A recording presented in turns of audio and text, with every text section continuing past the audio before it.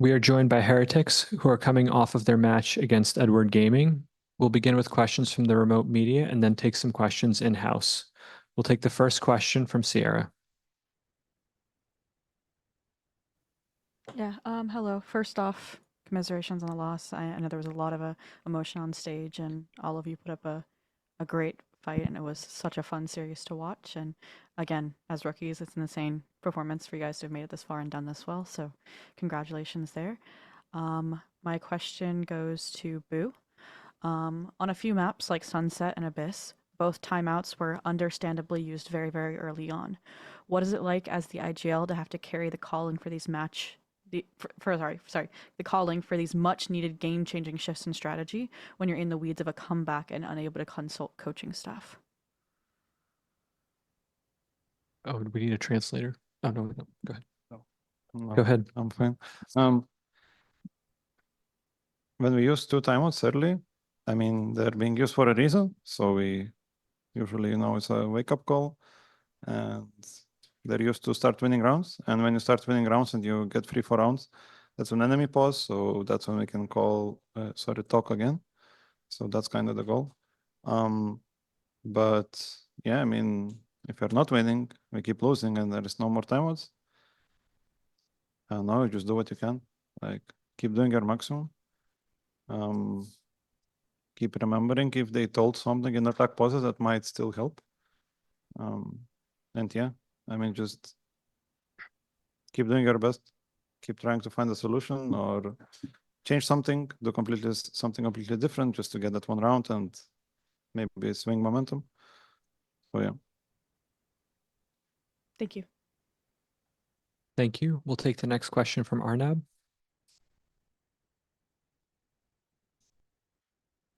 Hey guys, likewise consideration on the loss. My question is for Nielzinho.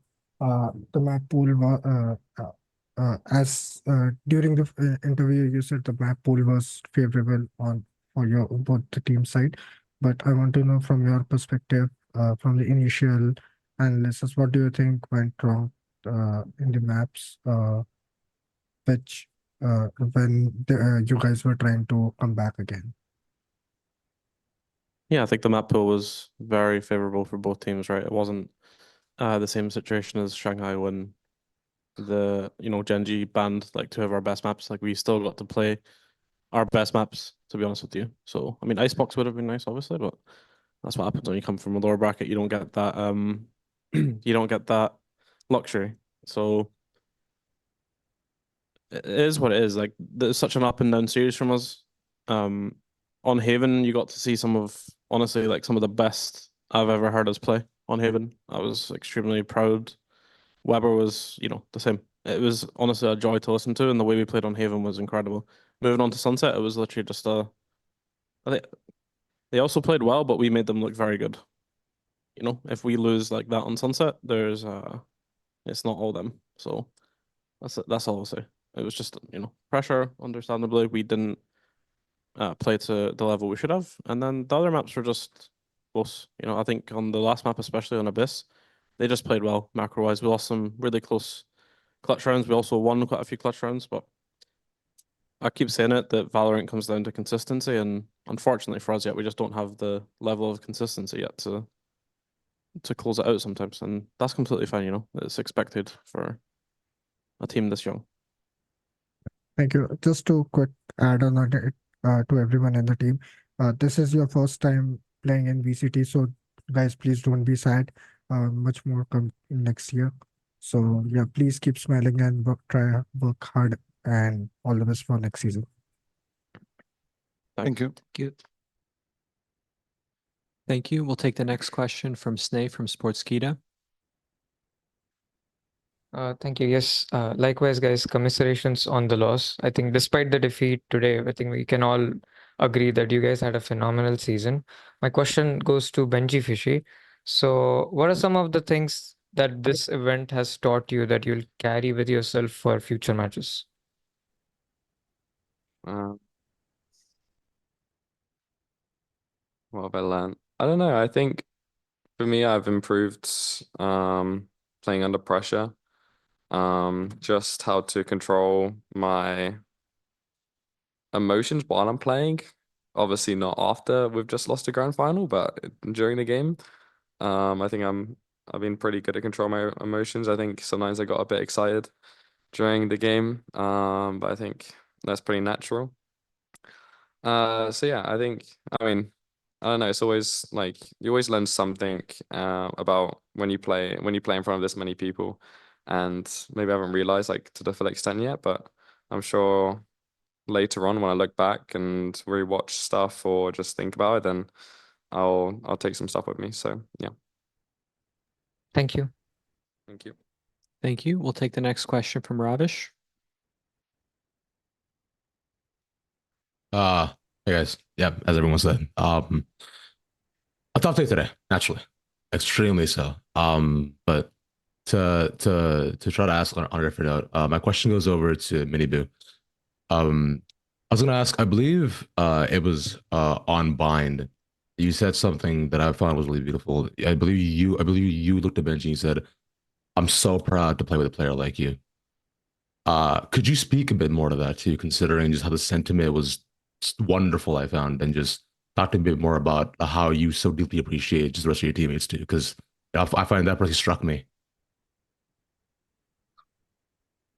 I mean, we've been in like together for 8 months, and like yeah, like everyone showed up to practice. They never were late, and we played together like for a long time. And I know like benjyfishy is like the guy that is in very tough situation, and like in that high tense moment when you think that it's over, but like out like he can pull out the things like from out of nowhere that like just go out 2v5 for deagle shots, headshots, and like boom, you win the round. And like out of nowhere you get just like big like energy power, like you hype up, like I don't know, like I don't remember what was the round, but I think it was like 3K or something. I think it was on pistol. Yeah. And yeah, like he can just like make plays out of nowhere, just go on tap them, and like his reaction and movement is like the best I've ever seen in my life. Thank you. Thank you. We'll take the next question from Brandon at esports.gg. Thank you very much. Just want to say appreciate you guys facing the media here, after the loss like that. So I'd just like to ask honestly, whoever would like to answer, just in terms of the narrative going forward. The story all year has been, you guys are fresh faces. You're looking to make a name for yourself in EMEA and on the global stage. Safe to say you did so. Would winning champions have kind of been the end to that story? Or how do you view it? Do you think the story would have continued if you won, or does it continue here after a tough loss? Just like to kind of see what your thoughts are in terms of that narrative going forward into next year. Whoever would like to answer. I can take that one if you want. Yeah, for me, if we won today, trust me, there's no way we'd be slowing down. It's not going to happen with me, Weber, Nicholas at the helm. Like, there's no way. I think I said it in one of my previous. I've said it at some point, but my vision for this team was to create a team that keeps on winning, to create a dynasty in this game. I don't want to win just one champions or one event and then never win one again. I want us to be at a point where when we're ready to win, we keep winning.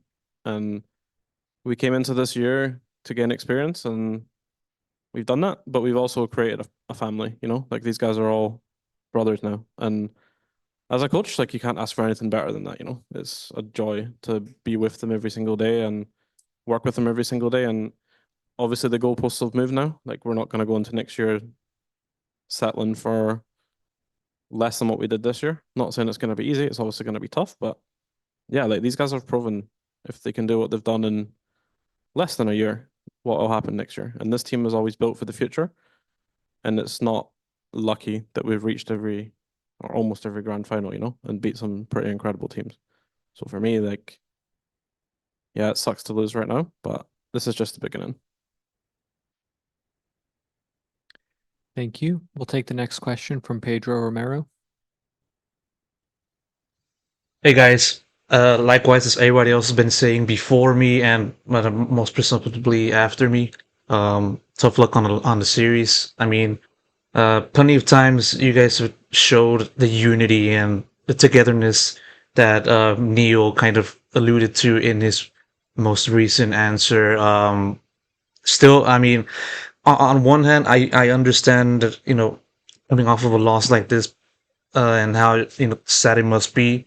But on the other hand, I don't understand because I'm not in the server. I wasn't able to actually experience these feelings. The point that what I'm trying to get to is this: given that you guys have been able to work so hard, play together for so long, and reach to this point, obviously a lot of things happen, either good or bad.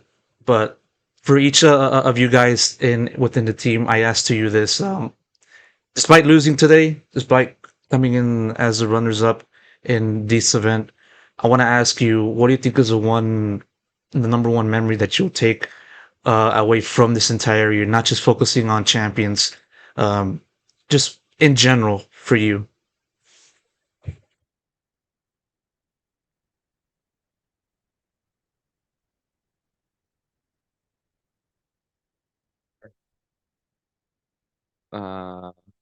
Is no one answering? Yeah. I don't know. I mean, for me, my favorite memory from was it this year or this whole event or This whole year. this whole year? I mean, for me personally, I love grand final walkouts. I'm not gonna lie, the individual walkouts I always find super cool. And champions, you had the concert. So yeah, I mean, it's kind of, I don't know if it's a bad answer, but I don't know. I just think the walkouts are super cool. So yeah. For me, I think it was qualifying to Madrid against Navi on kickoff, because that's when I saw on everyone's faces that, wow, we can actually do it. Like, we're actually that good. Because everything after that, like, I think everybody knew, like, from us, yeah, we can do this. Like, we can go to Shanghai, then we can go to finals, same with champions. But I think in kickoff, nobody, even us, didn't understood fully what's the potential. We knew that there is, but we didn't know how big it is. And when we qualified, I think we realized. So it was nice.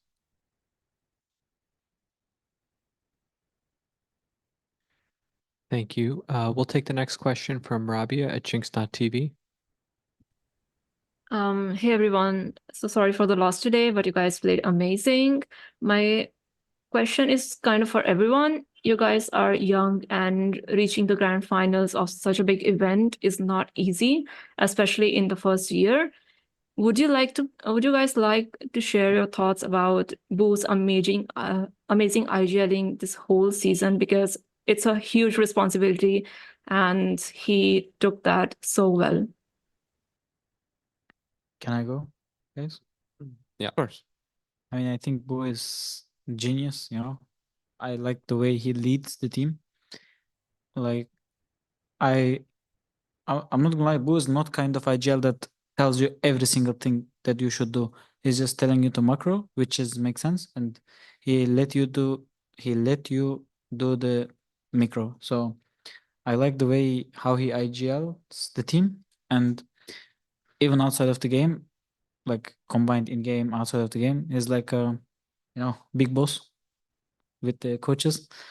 So they're like the higher ups in my eyes. So we respect them, but in-game team, I respect Boo so much, you know, because I truly believe that he's like really clever person, even outside of the game. Like, yeah, that's it. I want to say that I think Boo is a reliable person inside and outside the game. Like, you can always count on him no matter what. He will, like, if you're all panicking, Boo will not panic. In real life, he always like doesn't panic, and he keeps control of the things he's doing. And I know it's just really good, especially for young people, to have a person who's gonna be there to calm you down or gonna hype you up. I don't know.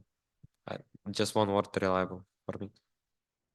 I think for me as well, it's a coach's dream to have someone like Boo.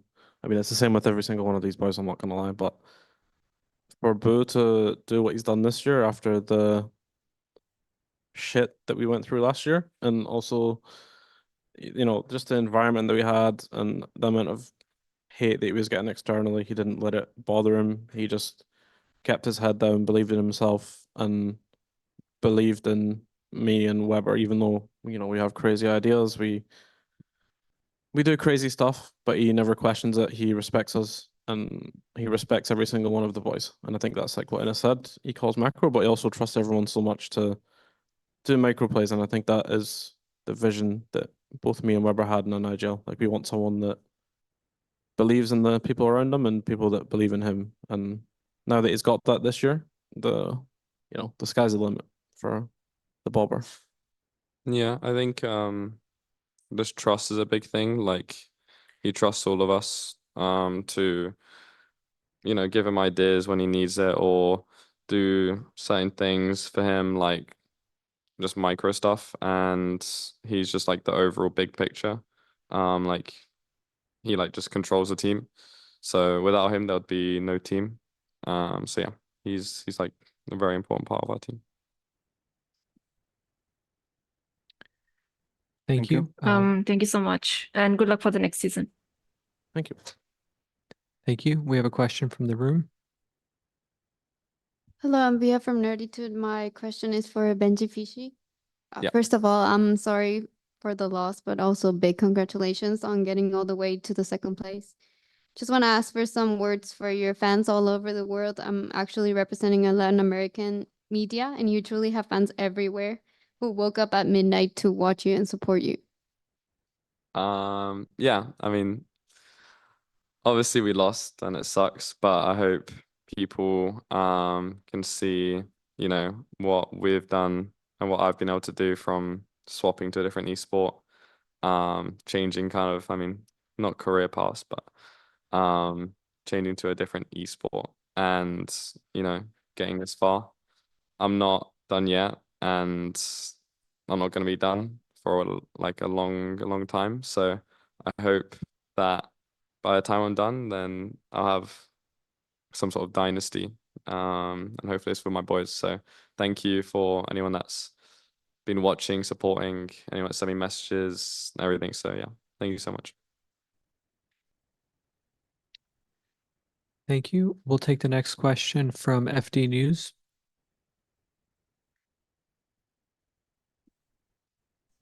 There is. Sorry for the wait. Just let me a moment. And there is. Thank you so much, Team Heretics, to be here. And I know it's hard to be here after the match, so I'm so sorry for the loss. I would like to ask you to Neusinho, the coach. Taking in mind that your season ends with a top 2 here in Valorant Champions Seoul, and it's the first year of a long-term project that the team are qualified for every international tournament and show the world what are capable for.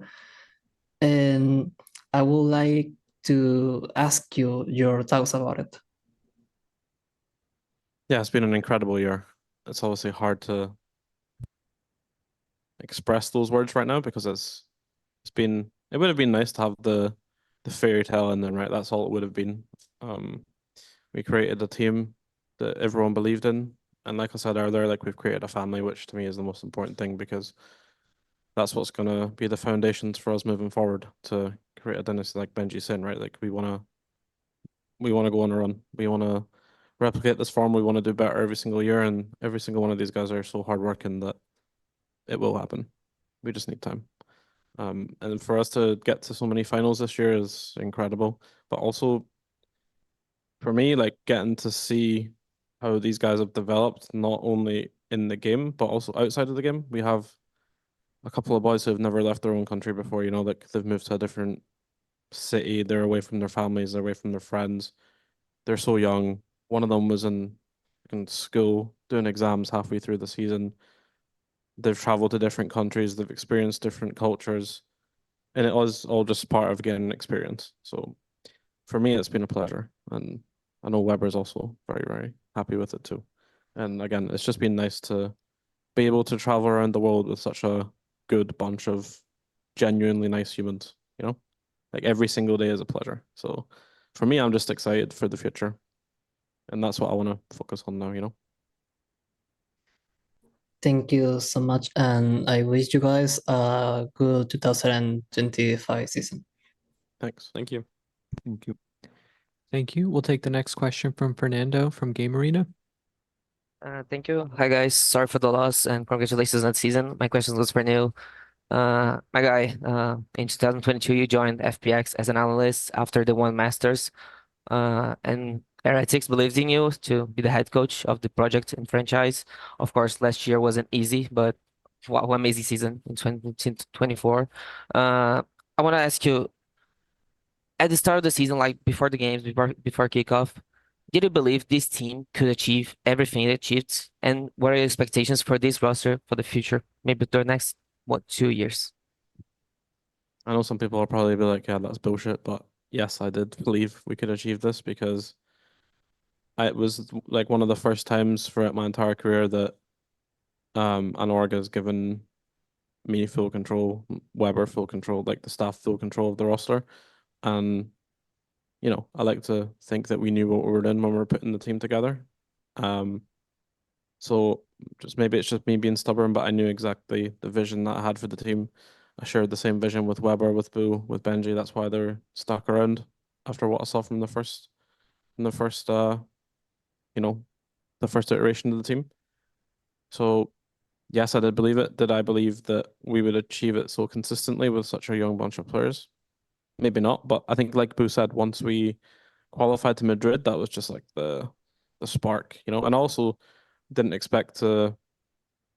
I expected it to be a bit rougher, you know, with having someone like, you know, Woot not being with us because he's obviously so incredibly talented. We couldn't have him for the first portion of our season, so I knew that it would be difficult. But we were so incredibly fortunate that someone was stupid enough to kick Mr. Patty Tech because obviously we got the GOAT. So that made our season a lot easier. And again, it's just an extra person that's added to the family, and having someone like Patty helped us an absolute shit ton. So we would never have got here without him, you know. So yeah, I believed in it. Having to get a stand-in, it's not really a stand-in, it's part of the team, would have made things more difficult, but yeah, the TLDR is, yeah, I expected it. But like Boo said, when we qualified to Madrid, that was kind of the eye-opener that, holy shit, you know, we can do something incredible this season. And the boys all believed in it and pushed in it and never stopped working, even though there was some very, very tough moments, some very stressful periods, and you know, they pushed through it. Thank you very much and good luck next season. Thanks. Thank you. We'll take the next question from Pedro Romero. Yes, I'd like to ask a question towards Woot. Obviously you are not feeling the best right now, which obviously I understand. Just want to give you a simple question. How do you kind of look back on your season overall and your experience here in Seoul, in Champions, being with this team, the highs, the lows, basically anything that comes to your mind, you know, if you have anything to say. If you don't, then I understand. And there is the one thing I can say. I'm really proud of my team. See you next year. Like, there is nothing I can say more. Thank you. We'll take the next question from Sierra. All right, thank you. My question is kind of jumping off some of the team narrative questions that have already been asked, and looking forward to next year, like we mentioned. Champions 2025 will be in Paris. This can go to anybody. Does it add fuel to the fire or the desire to lift the trophy even more, considering it will be hosted in your region next season, or what does that mean to you guys? It doesn't matter. Yeah, for me, it doesn't really matter where we play, honestly. Like, I think we've gained a pretty cool following over in Asia. So I think it's cooler to travel somewhere else outside of Europe. yeah. Thank you. We'll take the next question from WoW Esports. Okay, so sorry for the lose, but our Chinese fans still like you very much. So would you come to streaming on Bilibili? Would question for Woot? Yeah, in off season, I will make so much stream in Bilibili. I will probably Yeah, I will do it. I can't say it, but yeah, I will. Thank you. And we'll take the last question from Ashley Kang. Hey guys, this is Ashley Kang of Horizon Esports. Like everyone else mentioned, I'm really sorry about your loss, but I look forward to your future legacy. I have a question to Benji. Benji, you just mentioned how special this moment is, given that you've also come from another esports, and today's atmosphere was very exciting. There were fans from Korea, China, Spain, Japan, America, Europe, everywhere, and you can definitely feel and taste that this is a growing scene. And this happened in Korea, which is dominated by existing traditional esports like StarCraft and League of Legends. From your perspective of a player that has played in other esports before, what makes Valorant so special, and why should we be excited for the future of Valorant and the dynasty you might possibly build there? That's a very good question. I mean, I think Valorant as an esport in general, like for me, I love how in depth it can get. Like if I compare it to Fortnite, like sure it can get in depth, but when it's like a grand finals at Champions, it doesn't really get much more than that. Like for me, I haven't experienced anything like it. Like having to think and just like how much you have to practice, it's way more than what I had before. I don't know, it's just the game that I love, and you're never gonna be like perfect, you know? It's impossible to be perfect in a game like this. You can't always do everything right. You're always gonna learn from mistakes in every single game you play and every single day that you practice. And I didn't really feel that when I was on Fortnite. I don't know, I really like improvement and noticing myself improve.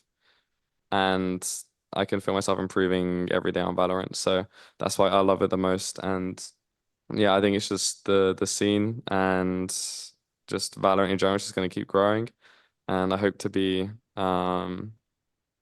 with all my boys as the best team in the world for when that happens. Thank you so much. Keep seeing you. Thank you. Team Heretics, thank you so much for taking the time to speak with us today. Thank you, guys. Thank you. Appreciate it.